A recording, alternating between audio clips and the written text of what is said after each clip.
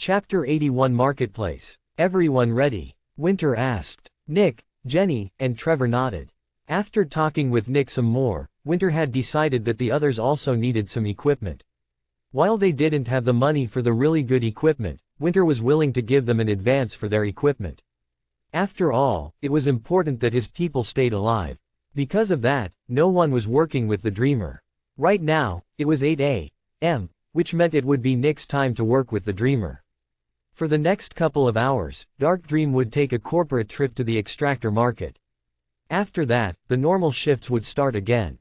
At this moment, Winter stood in front of his employees, and Nick stood in front of Trevor and Jenny, facing Winter. Good. Then, let's go, Winter said with a friendly smile as he walked towards the exit of the warehouse. The other three followed him with excited expressions. Naturally, all three of them had already gathered quite a bit of wealth, and they were more than willing to buy something useful with that wealth. As the four of them stepped onto the streets, they drew the gazes of all the present people. Seeing three Zephyx extractors walking around with their uniforms was quite eye-catching, but even more noticeable was Winter. Winter wore a form-fitting suit with a mixture of gray, red, and dark purple colors. Not everyone knew what this suit signified, but the few that did were shocked and surprised. Naturally, as the CEO in a public place, Winter had to look the part, which was why he had put on his official suit for negotiations between companies. The very few people who knew what this suit meant felt themselves lucky to see Winter. Usually, people of the outer city didn't have the luck to see one of the Melfian family's progeny. The suit Winter was wearing showed everyone that he was part of the Melfian family, and the color scheme indicated his status. The gray color of the suit represented the Melfian family personally. The red color represented Kugelblitz, the biggest Zephyx manufacturer of Crimson Fungus City. And the darker purple represented Dark Dream. This suit showed everyone that Winter was a possible heir to the Melfian family and that he had already made his own business. Compared to Winter, the three Zephyx extractors walking behind him only seemed like his bodyguards or servants. Jenny and Trevor knew that Winter was part of the Melfian family, and right now, they felt a bit proud that they were one of the few people working for someone with such a high status. Nick didn't pay a lot of attention to the people looking at them. His mind was fully occupied with thinking about all the things he would soon buy. After a couple of minutes of walking, the group arrived in front of a big warehouse, even bigger than the one Dark Dream owned. This warehouse was probably over 100 meters long and nearly as wide. In front of the warehouse stood a group of guards who inspected everyone who passed by them. This is the place, Winter said to his employees. The three people looked at the warehouse with interest. It seemed quite big but unassuming. Winter walked forward, and his three employees followed him. When the guards saw Winter's suit, they performed a short but respectful bow. Winter answered with a nod. One of them opened a small sliding door and gestured for the group to enter. The other three gave a short, "Hi," before they also entered the warehouse. The door closed behind them, and the group could finally see what the marketplace for Zephyx extractors looked like. It was busy. Wow, Nick uttered in surprise, there are probably nearly 100 people in here. Yep, Winter said with a smile as he looked at the group. Since newbies are not allowed in the inner city without explicit permission, they all have to buy their things here. But Winter, there are still so many people here, Nick said. This is just one of the marketplaces, right? If there are already so many extractors here, how many are there in the entire outer city? Winter smirked. In truth, this is the only marketplace for extractors outside the inner city. The three looked with surprise at Winter. The only one. They had assumed that it was only one of several marketplaces since they hadn't even walked for 2 kilometers to get there. Winter chuckled a bit. It just so happens that the marketplace is very close to Dark Dream. It's just a coincidence. So, this is everyone? Jenny asked from behind Nick. Jenny and Trevor were not very comfortable in Winter's presence. The first time they had met Winter, he had taught them about Dark Dream and gave them orders, and that single meeting already represented the majority of their time spent talking to Winter. As the CEO, Winter had no official direct line of communication with the Zephyx extractors. He only talked to them as an HR representative, but even that way of communicating with them would vanish when they got an actual HR person. If the two of them needed something from the company, they just had to talk to Nick, and Nick would talk to Winter if necessary. It's not everyone, Winter said. It's about a third of all newbies. Not all of the newbies come here every week. Even more, Kugelblitz and Anatomy have permission to house their newbies in the inner city, and there are much better marketplaces there. Naturally, all three of the extractors knew Kugelblitz and Anatomy. Kugelblitz was the biggest Zephyx manufacturer of Crimson Fungus City, and their most famous specter was the Crimson Fungus, which the city was named after. The Crimson Fungus was the only level 6 specter that had been captured and contained in Crimson Fungus City. As the only Zephyx manufacturer with a level 6 specter, Kugelblitz naturally was the de facto leader of Crimson Fungus City. However, there was also another very powerful and big Zephyx manufacturer. Anatomy. Chapter 82 The Manufacturers. Anatomy didn't have a level 6 specter, but they had a couple of level 5 specters. Even more, Anatomy was led by one of the former level 6 Zephyx extractors of Kugelblitz. For some reason, one of the 5 level 6 Zephyx extractors had left Kugelblitz to join a talented and rapidly developing Zephyx manufacturer and had become the chief Zephyx extractor there. With Anatomy having a level 6 Zephyx extractor of their own, they could attempt to capture a level 6 specter, a demon. This gave them a shot at reaching Kugelblitz's level, but only if they actually managed to get one. People from Kugelblitz or Anatomy didn't walk outside the inner city, and they wouldn't find any of them in this marketplace. Although, they account for only 10% of newbies, Winter said. Only 10%? Nick asked. But aren't they the two biggest manufacturers? They are the two most powerful, not the two biggest, Winter explained. While size is an indicator of power, you also have to look at the quality of the specters and the extractors. For example, Kugelblitz barely has 130 extractors, but only 30 of those are in the first and second level. The other 100 are level 3, 4, and 5 extractors.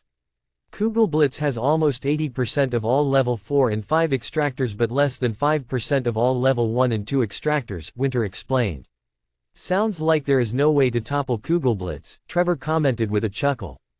It's difficult, Winter said, but if Anatomy manages to get a demon, things might change. The next moment, Winter looked at Trevor with a smirk, and Trevor felt a bit nervous. Who knows? Winter said. If Anatomy gets a level 6 specter, we might have a war on our hands. The three of them felt quite nervous. A war between manufacturers. What would that even look like? Would one of the manufacturers free the specters of another one to cause damage to them? That would be horrifying. Anyway, Winter said, turning to the marketplace again. We won't be meeting anyone from Kugelblitz or Anatomy here.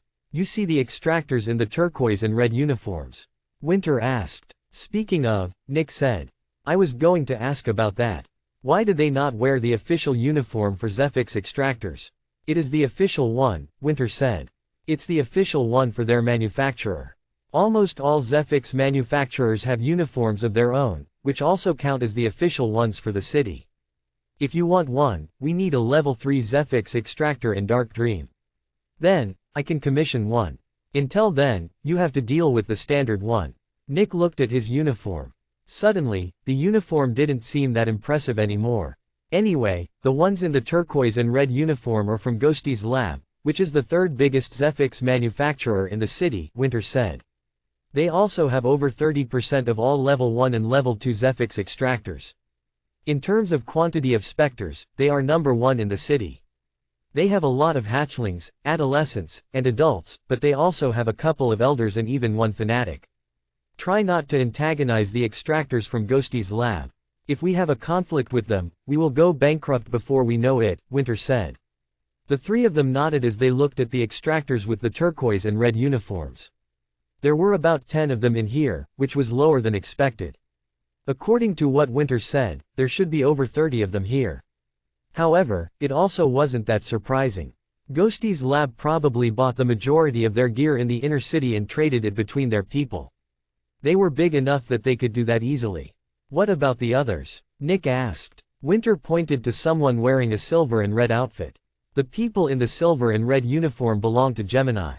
Gemini used to be a relative nobody, but they recently managed to capture their first elder, which officially puts them just behind Ghosty's lab. However, the difference in power between Ghosty's lab and Gemini is still massive. Ghosty's lab has over 3 times as many employees, which even extends to level 3 and level 4 extractors.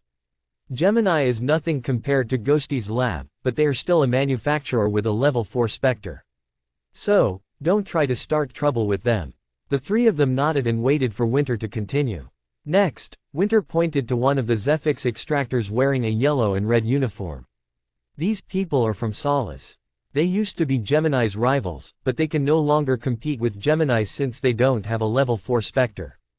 I would also ask you not to antagonize them. Solace provides over 90% of all the artificial light that works against the nightmare. Their most famous Spectre, the bright candle, is the thing that illuminates our cheap containment unit, and it also provides the arc lights that we use from time to time. They also sell the more modest versions of the containment units. The two we own have both been built by them. If we suddenly have trouble with them, it will cost us a lot. Next, Winter pointed at a group of people wearing gray and red uniforms. They are from the Spartans. It's a relatively new startup manufacturer made by three unhappy level 3 extractors that used to work for Gemini. While they have 3 level 3 extractors, they haven't managed to catch an adult yet, but they definitely have the resources to do so. Most likely, they won't stay in business for much longer. If they manage to survive for a year, I would be very surprised, Winter explained neutrally.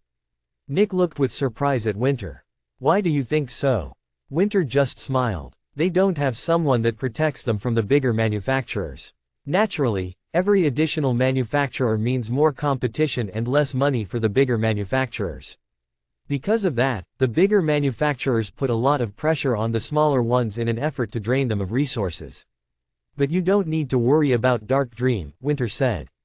Kugelblitz, Anatomy, Ghosty's Lab, Gemini, and Solace won't touch us as long as we don't initiate the hostilities.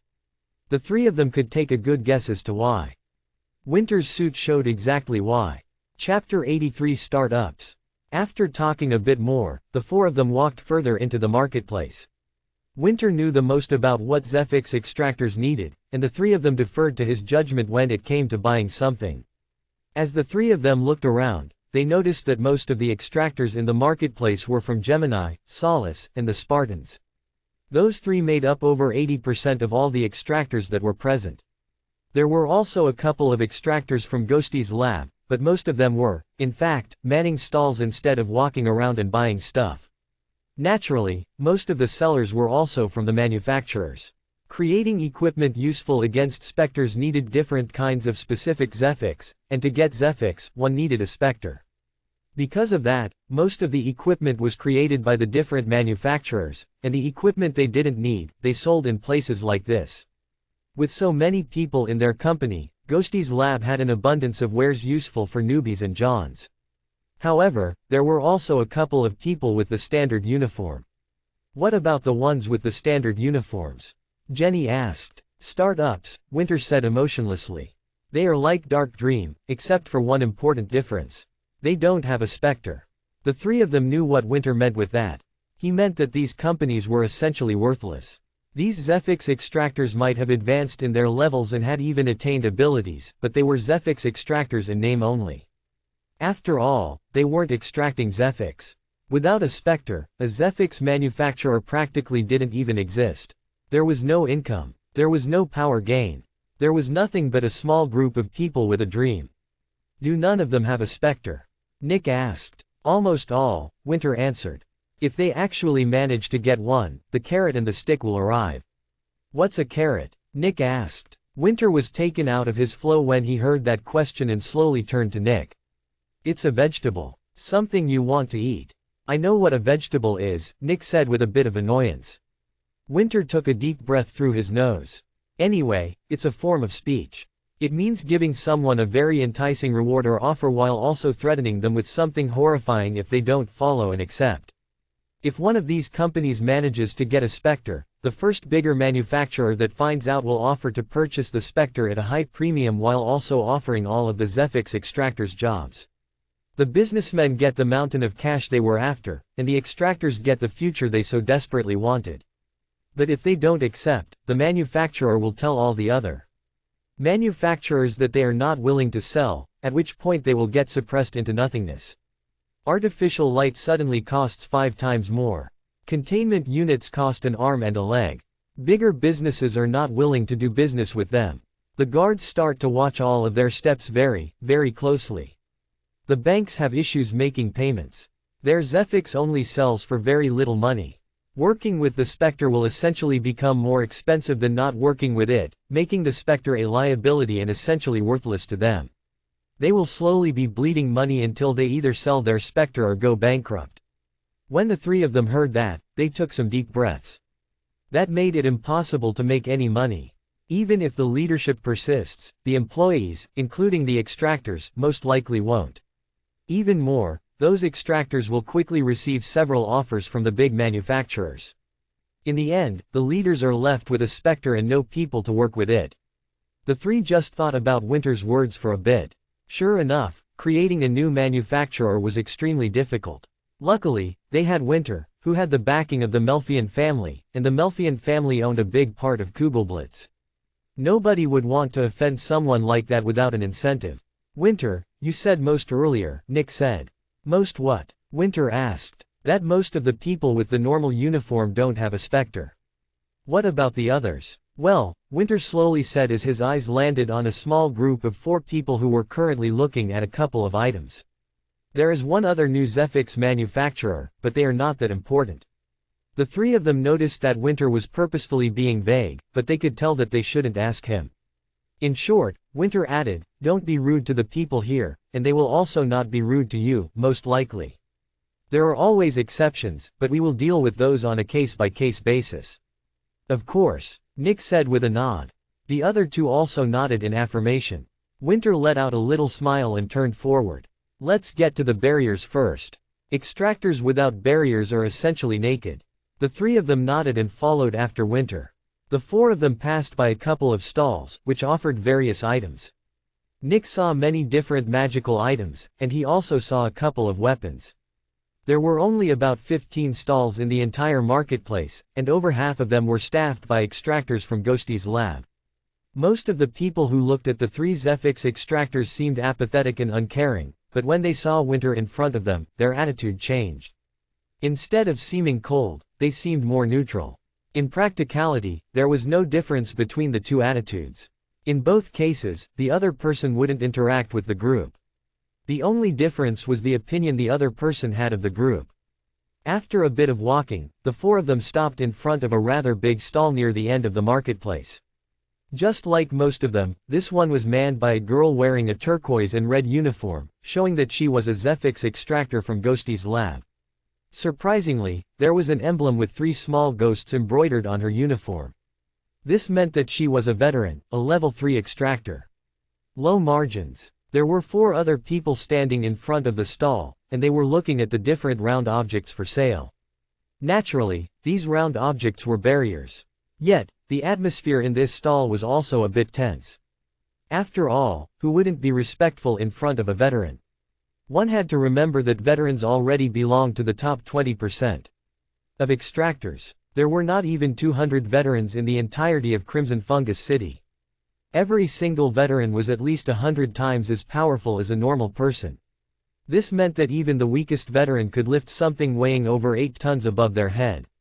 This young woman could grab any random person in here and literally tear them in 2 like they were a piece of paper. She was also the only veteran in the marketplace. The other stalls from Ghosty's lab were all manned by Johns, and most of the other stalls were manned by newbies. As for the customers, there were maybe 1 or 2 Johns present, and they were only here to help their younger colleagues find something good for their money.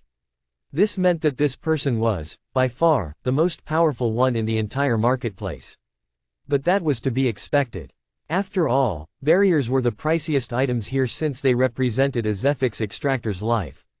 The veteran was probably carrying over 10 million credits worth of wares with her. The 3 extractors from Dark Dream felt some pressure emanating from the young woman. The veteran wasn't aggressive or anything. It was simply the feeling someone weaker felt when they were in front of someone much stronger. Winter just put on a friendly smile and walked up to the veteran. Good morning, we're from Dark Dream, and we're interested in purchasing barriers for our 3 Zephyx extractors, Winter said. Dark Dream. The veteran repeated in confusion as she turned to Winter. She had never heard of Dark Dream before. But when she saw Winter's suit, her eyes lit up, and she understood. There might be some money here, she thought. Of course, she answered with a polite smile. If I may be so rude, what is your budget? Winter just chuckled. No worries, we already know what we are looking for, and it should just be within our budget. Nick and Trevor didn't notice it, but the veteran's eyes very slightly hardened for just a split second. However, Jenny and Winter noticed. Great, the veteran said with a friendly tone. What do you have in mind? First, we want a barrier with a 2-to-1 conversion rate that can block all physical attacks and almost all force attacks, Winter said. The veteran nodded. What about mental attacks? Not necessary, Winter answered. What about the form and color? She asked. Color is not important, and I'm fine with a sphere or spheroid for form. What about the activation mechanism? She asked. Manual, Winter answered. The veteran sighed unnoticeably. The guy in front of her had perfectly dodged all the pitfalls and all the items that put a premium on the barrier. He was searching for something ugly and cumbersome but cheap and effective. Based on the specifications, I think 250,000 credits should be just right, Winter said before the veteran could say anything. The veteran looked deeply into Winter's eyes. About 2 seconds passed. Sure, we have just the perfect model for your specifications and budget, she said with a forced, polite smile. Winter smiled back. The next moment, the veteran crouched to look under the stall, and a couple of seconds later, she put a gray and round plate on the counter. In the center was a tiny gem with gray and bronze colors swirling inside of it. The plate itself seemed basic and unnoticeable. Compared to all the barriers on display, it looked like junk. Yet, when Nick saw it, he immediately fell in love. It looked sturdy and reliable. The next moment, Nick took out his bank card and took a deep breath. 250,000 credits. That was around 70% of what he had saved up. The next moment, Nick took another deep breath and put his card on the table. When the veteran saw Nick pulling out a bank card, she threw a smile at Winter. It's rare to see an extractor pay with their own credits for equipment. Jenny and Trevor threw a look at Winter when they heard that. Naturally, this was the veteran's revenge for buying the stuff with low margins. Yet, Winter just chuckled. They get 10% of the Zephyx they extract as payment at a wholesale rate. They can afford to pay for their own equipment, he said. When the veteran heard that, her eyes widened in disbelief. She didn't say anything. 10% of the Zephyx they extracted at a wholesale rate. Then, wouldn't she be earning over 1 million credits a month instead of the measly 200,000 credits she was earning right now? Instead of getting some satisfaction out of making Winter uncomfortable, the veteran got annoyed. Understandable, she answered in a polite voice without putting much energy into it while grabbing Nick's card. When Trevor and Jenny saw the veteran's reaction, they realized that they were being paid very well. If even a veteran looked that surprised, they probably earned a lot of money. This only increased their loyalty towards Winter and their thankfulness. Here you go, the veteran said as she handed the card and the barrier to Nick. Nick just looked at the barrier in wonder while Winter started to request another barrier. This one only had a 1-to-1 ratio, but it could also block most attacks. In the end, the price was only 50,000 credits for that one, and it went to Jenny. The next one was identical to the second one and went to Trevor. Since Trevor was still pretty new, Winter paid for it. Winter would simply dock Trevor's payments until he had cleared his debt. Thank you, Winter said politely. Sure, the veteran answered, not even putting up an act of being friendly. Naturally, the veteran was not very happy. She hadn't even made 20,000 credits in commission from these trades. The 3 barriers they bought had extremely low profit margins. In the end, she could only sigh and continue waiting for other customers. Barriers. After leaving the stall behind, Winter pulled his 3 employees to the side and explained to them how they could activate and configure their barriers. Using these barriers was very easy since there were only a couple of options to choose from. The barriers you bought do not have AI chips, which means that there isn't much you can do with them, Winter said. AI chips? Nick asked in confusion. Jenny and Trevor also didn't know what that meant. I'll tell you in detail when it becomes relevant, Winter said. Advanced barriers need AI chips, and they are the most expensive part of a barrier. They regulate the size, strength, and attribute of a barrier while also activating and deactivating it. You can view AI chips as an autonomous mind that controls your barrier. Your barriers don't have AI chips, which is why we managed to get good ones for a relatively low price. The drawback is that you have to activate them yourself, Winter said. After a bit of fidgeting around, the three of them managed to activate their barriers. I can't see it, Nick said after he put his activated barrier into the pocket of his uniform. Watch, Winter said. Then, Winter walked back a little and charged right at Nick. Winter jumped and kicked forward. Nick's eyes widened in wonder. Will the barrier activate? Bang! Sure enough, a bronze sphere appeared around Nick's body for just a second before vanishing again.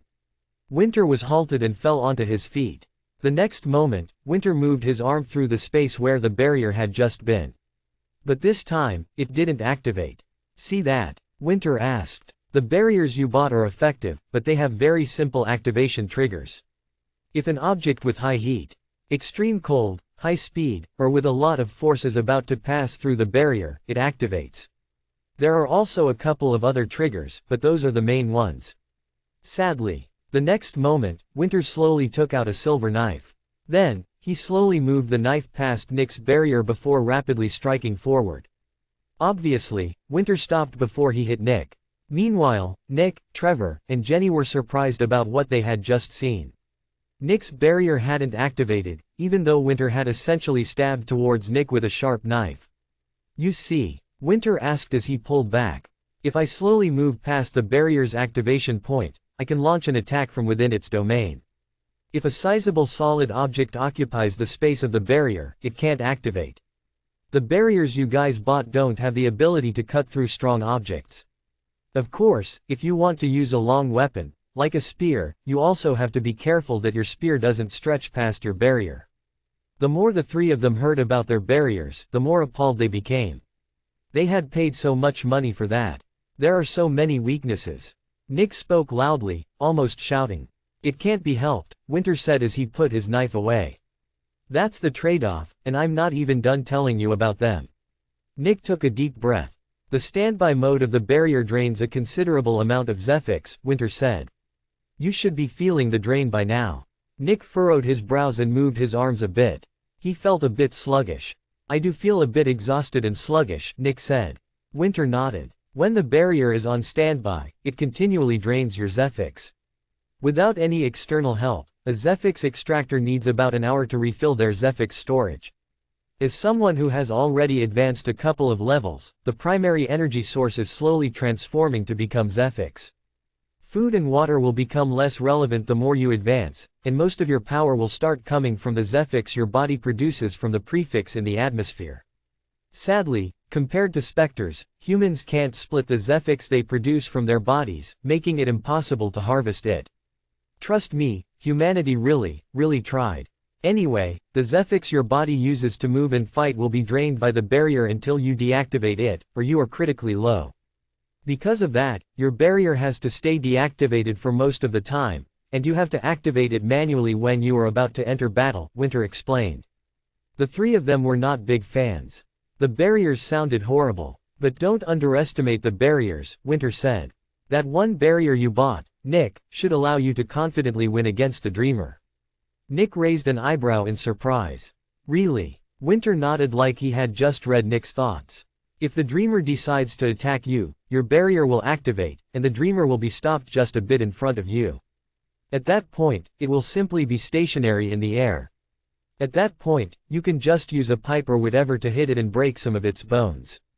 Of course, if you had a weapon, it would be even better. Being able to resist a powerful attack is extremely useful and will many times turn the tide. Nick thought about Winter's words, and he had to agree. It would be like the Dreamer flew against a hard wall. The next moment, the wall would disappear, and Nick could just kick the Dreamer's torso, caving in its chest. Even though Nick's body was a bit weaker than the Dreamer's, a fully powered kick to the chest was still devastating to the Dreamer. Additionally, the barrier could probably block more than one attack. Another alternative to the battle would be Nick just jumping on top of the Dreamer and encompassing it with his arms in an effort to suppress it. Even more, Nick could also just run out of the Dreamer's containment unit without dying with the barrier. Nick's gaze moved to the pocket of his uniform that held the barrier. That is actually way more useful than I thought. Let's take a look at some weapons now, Winter said. Weapons. The three of them grew excited when they heard Winter talking about weapons. What do you have left in savings? Winter asked as he led them to the next stall. In total, about 80,000 credits, Nick said, but I don't want to spend more than 50,000. 60,000 credits, Jenny said. If I don't count the barrier, about 30,000 credits, Trevor said with a bitter smile. One had to remember that Winter had completely paid for Trevor's barrier. Winter nodded. Let's try not to go above 50,000 credits per person then. Do you have any preferences for weapons? Nick had an uncertain expression. I want to see what they have to offer first. I heard there is something called a gun, Jenny said. Winter nodded. Yes, they also sell guns. What are they, and how do they work? Jenny asked. A gun is a small object that uses an explosion of power to accelerate a small object to such high speeds that the object gains enough force to severely injure someone, Winter explained. The guns we are going to look at are made of durable metals, and they use Zephyx as a power source. Very expensive guns for powerful Zephyx extractors are fully made of materials created with Zephyx that shoot other kinds of Zephyx, but these are far beyond your current ability. Why do you want to know? Winter asked after explaining everything. I heard that I can use guns from far away, Jenny said. I don't like to admit it, but as a woman, I tend to be physically weaker than most men. Because of that, I want to use something that doesn't rely on my physical strength. Winter nodded. A rational choice. What about you, Trevor? What do you suggest? Trevor asked. You're pretty big, Winter said. I'm not a fighter, but my instructor told me that when you have an advantage, you should do your best to make the advantage even bigger instead of trying to get everything else to the same level as your advantage. If someone is already faster than most people, it takes a significant amount of work to get their power and defense to the same level, and then, it might not be enough to defend from someone with a similar level of power. However, if that same person put the work into improving their speed even more, nearly nobody would be able to touch them, making the enemy's speed and power almost meaningless. Since you are already pretty big, I would suggest going for a weapon with a long reach. Something like a spear, Winter explained. Trevor fell into thought and nodded a couple of times. That sounds reasonable. I think I'll follow that advice. The four of them quickly reached the stall, and Winter introduced them to a couple of weapons on display. Nick could see all manner of weapons. Swords, daggers, knives, sabers, spears, lances, axes, clubs, guns, bows, explosives, nets, tridents, traps, ropes, chains, whips, rods, everything. Winter helped Trevor first, and the two of them looked at the spears, tridents, lances, and rods. Since Zephyx extractors were much more powerful than normal humans, ranged weapons weren't as overpowered anymore. A normal gun that guards used would only get through Nick's skin, but his muscles would be able to block the bullet. Nick would still bleed, but it wouldn't be a dangerous wound. Even more, an initial John would only receive a red ring of blood on the spot where the bullet hit them, and Johns would only get a small bruise. Peak Johns basically didn't care about normal guns anymore. Because of that, melee weapons became quite relevant again. Especially when the enemy was fast enough to get to someone before they could properly aim their gun at them. After a bit of trying around, Trevor went for quite a peculiar weapon. It was a mixture of a dagger and a spear. In its base form, it looked like a dagger with a very wide hilt. However, the hilt was made of concentric cones of metal, and when they were extended, they would form the long hilt of a spear. This allowed Trevor to use it as a dagger but also as a spear. Sadly, it wasn't as useful as either of them in their respective modes. The hilt was too heavy and thick for a dagger, and when expanded, the hilt was too thin and hollow to block a significantly powerful attack. But Trevor still wanted it, and his reason was pretty solid. Since Trevor was the chosen person for taking up the subtle missions, he needed a weapon that he could hide but also made use of his size. In the end, Winter paid 60,000 credits for the spear, putting Trevor into a debt of 110,000 credits. However, Winter believed in Trevor's ability to repay him, and he was willing to invest in him. Naturally, Trevor was extremely thankful and promised Winter that he would repay him as soon as possible. Next, Winter looked at the guns with Jenny. There were many different kinds of guns. Handguns, shotguns, rifles, sniper rifles, assault rifles. After a lot of talking, Jenny decided to go for a sniper rifle. Her reasoning was simple. She wasn't good at fighting, and if she actually got into a fight, she would very likely lose and die. Because of that, she didn't intend to get into a battle.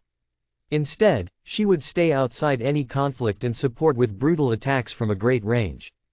Jenny never intended to fight someone on her own. She would rely on Trevor and Nick to protect her while taking care of the most powerful enemies from afar. In the end, Jenny spent 50,000 credits, and Winter also spent 50,000 credits. But in exchange, Jenny got an amazing sniper rifle. It was around 150 centimeters long, and it was pure black. You are expected to provide for your own teachers, Winter told Trevor and Jenny. Both of them nodded without any complaint. They had bought their weapons, but they also needed to learn how to use them. Then, Winter looked at Nick, who was looking at the weapons. Made your choice yet? Winter asked. Nick looked uncomfortable. Yes, but you will think I'm dumb. Chapter 87 Fist Weapon. What did you choose? Winter asked. Well, Nick said as he scratched the back of his head with an embarrassed smile. I've always only fought with my fists and legs, you know. I feel like I'm already very used to them, and I don't really want to use anything else. Winter raised an eyebrow. So, I'm interested in fist and leg weapons, Nick said. Winter uttered as he thought about what Nick had just said. I'm not sure if that's such a good idea. Why? Nick asked. Your ability, Winter said, glancing around to make sure that nobody could hear them. A moment later, Winter pulled Nick to the side so that nobody could listen in. You can only properly use your ability when nobody sees you, Winter whispered. Fist weapons are great for extreme close range and grappling, but that makes your ability useless since the opponent can easily tell where you are when you are literally touching their body all over. I was thinking more along the lines of a spear or a rapier. Something that allows you to silently stab an enemy with a lot of power. Nick looked a bit worried. What about a fist weapon with a blade coming from it? Maybe one that can also retract. Winter frowned. Why are you that set on a fist weapon? I'm used to it, Nick said. Also, I need to silently reach my opponent, right? I want something small that doesn't slow me down. Winter still wasn't the biggest fan of Nick's suggestion. I feel like you are wasting your biggest advantage. You have to remember that all Zephyx extractors design their fighting style around their ability, and if you don't do that, you will be at a disadvantage against everyone. Additionally, Spectres also focus on their abilities. Nick just looked at Winter with a worried expression, and Winter realized that this wasn't an expression of someone who was thinking about changing their choice but someone who was afraid of angering someone because of something they were about to say. When Winter saw that, he only sighed. Fine, he said. It's your decision anyway. Nick released a sigh of relief. However, Winter added, I still want you to get something else in case you change your mind in the future. Nick only smiled happily. Sure. Winter only massaged the bridge of his nose as the two of them walked back to the stall. Which one do you want? Winter asked. Nick went forward and grabbed a set of cuffs. There were 2 long metallic bracers, which were supposed to go on the shin, and 2 bracers for Nick's wrists. However, the bracers for Nick's wrists had an addition. About 30 centimeters long and very wide blades came out of them. In a way, the blades almost looked like equilateral triangles. They were designed this way to make the blades stable and also able to block attacks. After all, it was normal to block or parry an attack with the back of one's hand. In order to fit the arm better, the blades were also curved, encompassing the back of the hands. When Winter saw the 4 cuffs, he raised an eyebrow. That's actually not that stupid. But when Winter saw the price, he frowned. Nick, you need better ones, Winter said. Nick's eyes widened in surprise. But these are already so expensive. Nick, poor people can't afford to buy cheap. Nick's brain froze as it tried to understand what Winter meant. When Winter saw Nick's confusion, he sighed again. Think about how hard these blades are, and now, think about how strong you are with your ability. These blades are designed for peak newbies, and with your ability, you know, Winter said, not revealing any sensitive information. Nick looked at the blades, and he slowly realized what Winter meant. Oh, now I get it. He shouted. Since poor people don't have a lot of money, they have to buy cheap stuff, but the cheap stuff breaks very quickly, which forces them to buy more cheap stuff.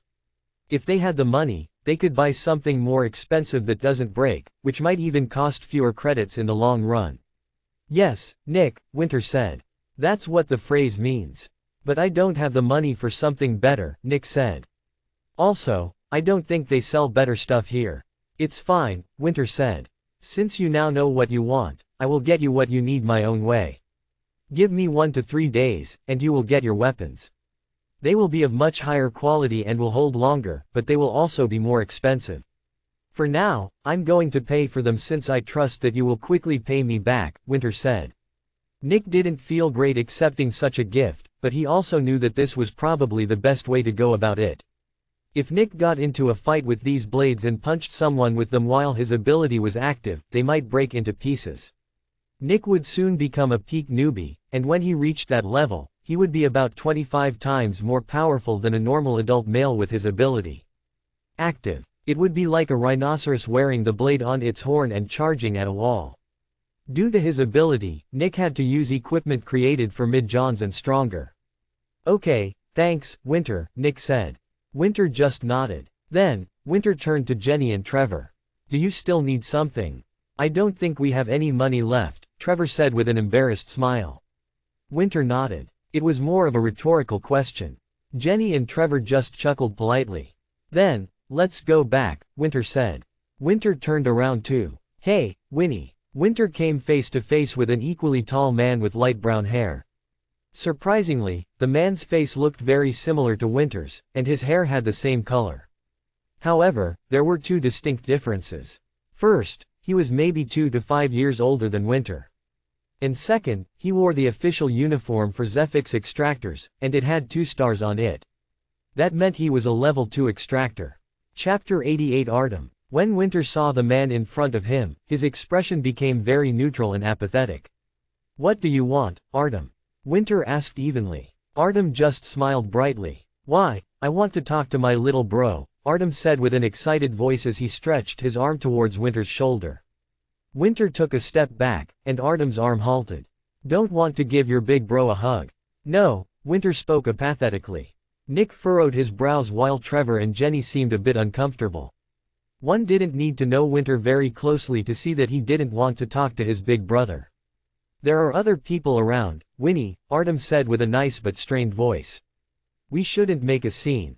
Like you are doing right now. Artem frowned as he looked at the person who had just spoken up.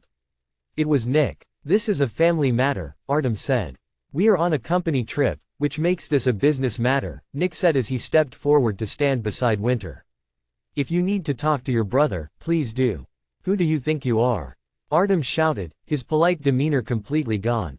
As I've said, this is a matter between 2 members of the Melfian family. Keep yourself out of this, peasant. The power of Artem's voice was very dominant, but Nick only narrowed his eyes. Nick, calm yourself, Winter said with a bit of annoyance. An arrogant sneer appeared on Artem's face. Don't talk with the garbage man, Winter added. Nick blinked a couple of seconds in surprise. Garbage man. That was a strange insult. It was an insult, right? It sounded more like a job. A moment later, Nick felt the air around him vibrate and found that the cause was Artem. If looks could kill, Winter would have been torn into pieces already. What are you referring to? Artem asked threateningly. Don't ask questions you don't want the answer to, Winter answered coldly. I'm referring to your great bargain, obviously. Artem snorted. Jealousy is unfit of a potential heir to the Melfian family, Winnie. Jealous? Of your literal pile of shit?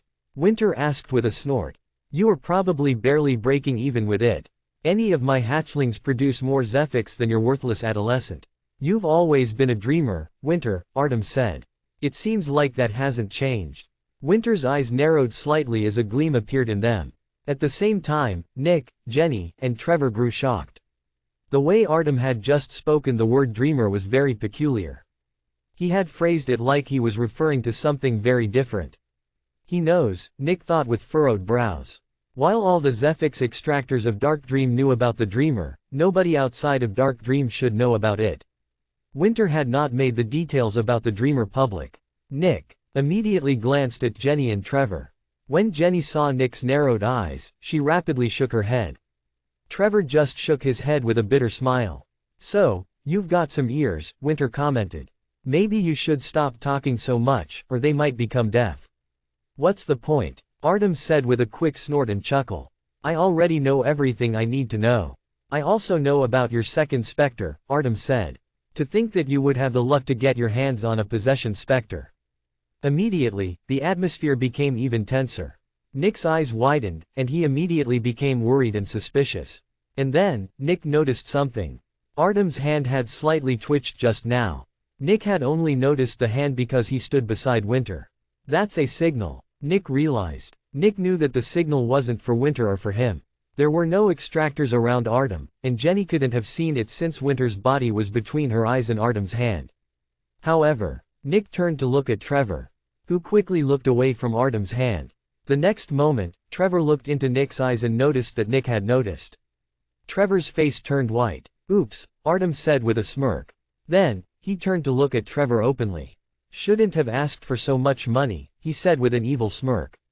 Jenny gasped and stepped away from Trevor. Nick narrowed his eyes. Trevor had been a bit suspicious since the start. Trevor's interview had been too smooth, and Trevor had seemed way too perfect for the role. It was almost like Trevor was a born Zephyx extractor. He had a powerful will, was extremely good with people, was tall and powerful, and, most of all, he was intelligent and cunning. Trevor was just too good at everything. It was almost impossible not to hire him. Trevor looked with a shocked face at Artem. It was almost like he couldn't believe what he had just heard. It was like he had been thrown into a nightmare. I told you, Winter said evenly to Artem. You should stop talking before your ears become deaf. Expect Pator's head in the mail tomorrow. Everyone immediately turned to look at Winter. Pator. Why Pator? Pator wasn't even here. Artem's eyes also opened widely. What? He asked. You think your schemes work against me? Please. Winter said with a disgusted sneer. You always thought yourself to be so intelligent and above everyone else, and to be fair, you are very intelligent. But you are also way too arrogant and confident. Just like an adrenaline junkie, you want to give your enemy hints but don't want them to realize that the hints are actually hints.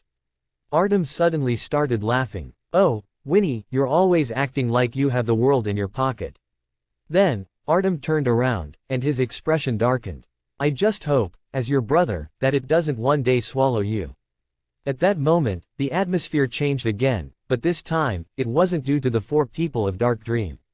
Instead, some of the onlookers had narrowed their eyes at Artem with displeasure. Apparently, what he had just said was not something they liked to hear. However, Winter didn't answer and waited for Artem to walk away. Are you willing to do it? Winter asked. Huh? Nick asked back. Kill Pator, Winter added coldly. Silence. Pator. Kill Pator, Nick repeated in shock. Why? Because he's Artem's spy, Winter said coldly without turning to look at Nick. How do you know? Nick asked. Winter looked around and saw several people looking at them. Let's talk outside, he said, leading his group out of the huge warehouse. The three of them followed Winter in shock. After leaving the warehouse, they walked back to Dark Dream in silence. Nobody dared to speak. Up. Pator. A spy. The little boy. Pator was maybe 14 years old. Pator had been nice to everyone, and he had always happily supported them. How could he be a spy? Which 14-year-old actually had the guts to work as a double agent in something as sensitive as Zephyx manufacturing? The walk back to Dark Dream felt like it went on for an eternity. Eventually, the four of them walked through Dark Dream's doors. Welcome back. How was shopping? An excited Pator asked. Pretty good, Winter answered neutrally. We got some good deals. Pator, could you deal with Horua for a bit longer? I need Nick and the others for a bit, Winter added. No problem, Pator answered before standing up and walking out of the warehouse. However, before Pator reached the door, he stopped to look at Jenny. Is something wrong, Jenny? He asked. What? Jenny answered, shocked, like she had just been woken up from a daydream. No, nothing's wrong. Pator looked a bit worried. Don't let things get to your head, okay? He said. Sure, Jenny answered. Pator smiled brightly, nodded, and walked out of the warehouse. When the door closed, Jenny released a shaky breath, and a terrified look appeared in her eyes. Thinking about the young and cheerful boy dying was too difficult to bear. Follow me, Winter said evenly as he walked to the containment unit holding the screaming coffin. The three of them nervously followed Winter. Winter typed on the console of the containment unit a bit before opening the employee door. Come in, Winter said as he entered the containment unit. Jenny and Trevor took deep breaths. They had no idea what was in there, but they knew it had to be a specter. Coming face to face with a new specter was always terrifying. Don't worry, Nick said. It's basically harmless. The dreamer is way worse. Trevor and Jenny just looked at each other before entering. After the four of them entered, the employee door closed, and they all saw the screaming coffin. Trevor and Jenny just looked at it in shock. It was just a coffin. Was that it? Right now, the screaming coffin was just lying on the ground, doing nothing. Jenny, what do you know about it? Winter asked without looking at her. Jenny looked with uncertainty at Winter. You said it eats corpses. Winter nodded. Trevor, what do you know about it? That it screams a lot, he said, realization appearing in his eyes. Nick and Jenny hadn't realized it yet. Winter turned to look at his three employees. I told all of you different details about the screaming coffin, he said. Nick knows everything since he caught it and works with it. Trevor knows that it screams a lot. Jenny knows that it eats corpses. And Pator knows that it's a possession specter. None of you are privy to the details I told the other ones, and you also have barely any time to meet during the day to exchange information. Additionally, I told all of you to not share your information with anyone but Nick. Artem said that he knows that I have a possession specter, and only Pator knew that.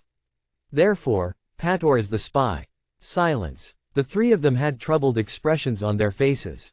However, it was just too difficult to believe that such a young kid was capable of such a massive feat of deception. Whether they wanted to or not, Jenny's and Trevor's eyes landed on Nick. Nick also knew everything about the screaming coffin. He could have also leaked it. Nick took a deep breath. Naturally, he had noticed the others' expressions, and he knew what they were thinking. It's not Nick, Winter said. Trevor and Jenny felt called out and ashamed. After all, Nick was their boss. Yet, Nick is too dumb and honest to be a spy, Winter said. Nick awkwardly scratched the back of his head. He wasn't that dumb. Nick is either the best manipulator in the entire world or no manipulator at all, Winter said. Trust me, I put Nick through so many tests that it is basically impossible for him to be a spy. Nick's eyes widened. Tests? There were no tests. Questions about things we both already know the answer to. If you keep lying and someone inquires further, you have to keep lying, and you have to keep this web of complicated lies coherent and logical. By continually asking you about details, you would eventually slip up if you were lying. Asking you to explain things while in a very emotional situation.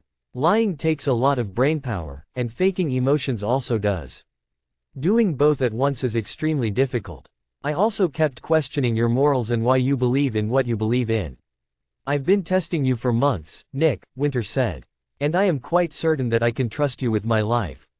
Nick felt too shocked to respond immediately. That sounds unrealistic, Nick said. Winter just snorted. These things have been drilled into my head ever since I was just 5. By now, it's unrealistic not to do it to everyone I meet. But you didn't realize that Pator was a spy? Nick asked. A moment later, Nick felt bad. That was not an appropriate comment. However, Winter just sighed. The signs were there, Winter said before looking at the screaming coffin absent-mindedly.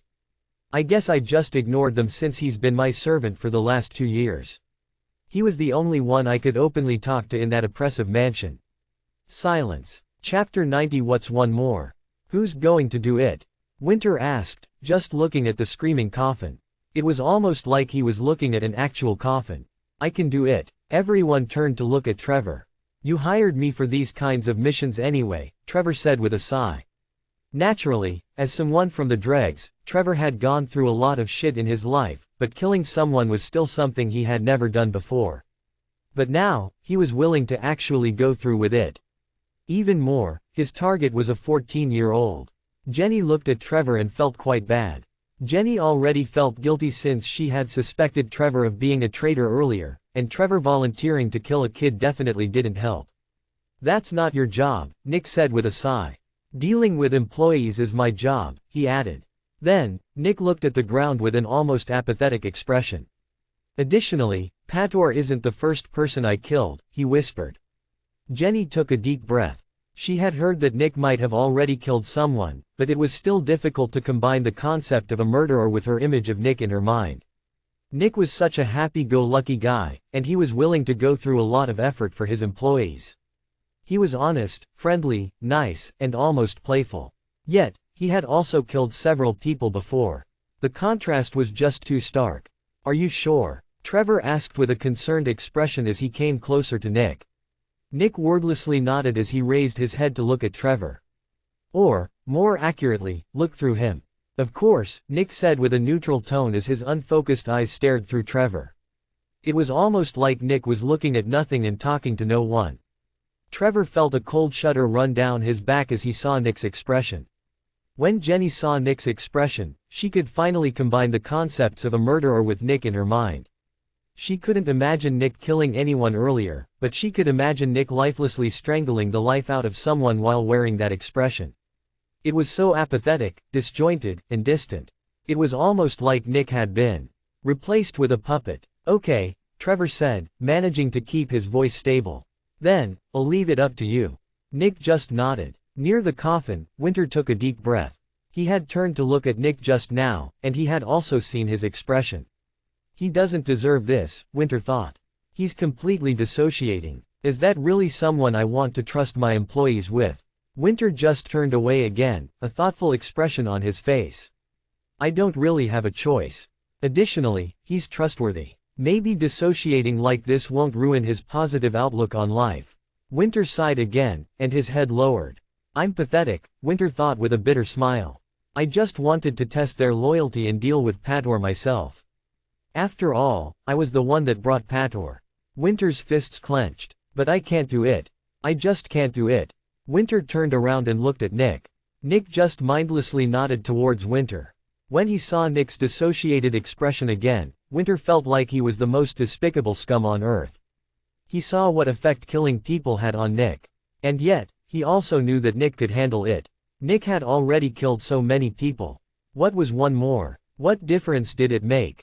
Did Winter really need to worry so much about whether it was bad or not to send Nick to kill Pator? Winter tried to reason with his emotions, but it didn't help. In the end, I'm running from my own weakness, Winter thought. Winter nodded toward Nick with a neutral expression, his inner conflict not visible on his face. I can't solve this issue, which is why I send Nick to deal with it for me. Nick turned around and opened the employee door of the Screaming Coffin's containment unit. At that moment, Winter remembered the conversation he had with Nick after Horua had declined to work with the Dreamer. This is his responsibility, huh? Winter thought, feeling disgusted with his own hypocrisy. I told him to deal with his problems and his responsibilities.